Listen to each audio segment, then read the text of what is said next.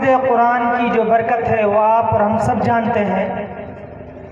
ایک حافظ 10 آدمی کی تو آپ نے سنی رکھی ہے، جب اللہ اتنا پاور دے گو کہ 10 کو جیک جواڑ لگے گو تو 2-4 تو ان کے بھی ہوں گے جیک جواڑ والے۔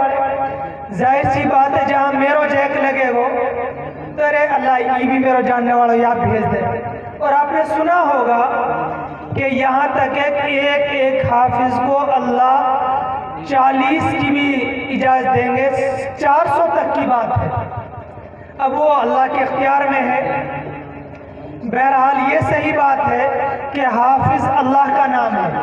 کس کو نام ہے بھائی؟ حافظ اللہ کو نام ہے۔ اللہ کو نام عبد الرحمن، عبد الرحیم، عبد الغفور، عبد الشکور، یہ سب اللہ کے نام ہیں۔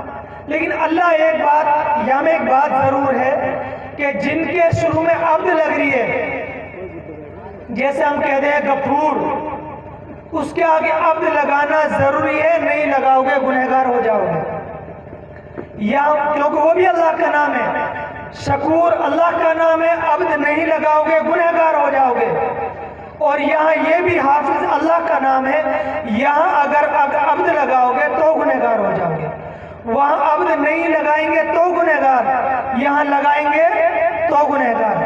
اس لیے سب سے بڑی شان ہے حافظ کی کہ حافظ نے اپنا نام اس بچے کو دے دیا جو معصوم ہے، جس بچے کے اوپر آپ اور ہم 100 روپے کے یقین نہیں کر سکتے۔ اگر 100 روپے کہیں گر گئے ہوں، آپ نے اٹھا لیے ہوں گے، نہ میں نہ اٹھائے، آپ اٹھا لیے ہوں گے، دبکا لیے ہوں گے، یعنی اس بچے کے اوپر 100 روپے کے یقین نہیں ہوتا۔ لیکن اللہ کی شان دیکھیے کہ اپنے پورے کلام کا یقین اس بچے کے اوپر کر بیٹھا اور اپنا پورا کلام اس بچے کے سینے میں محفوظ کر دیا۔ اب اس کے بعد تقریر کے لیے میں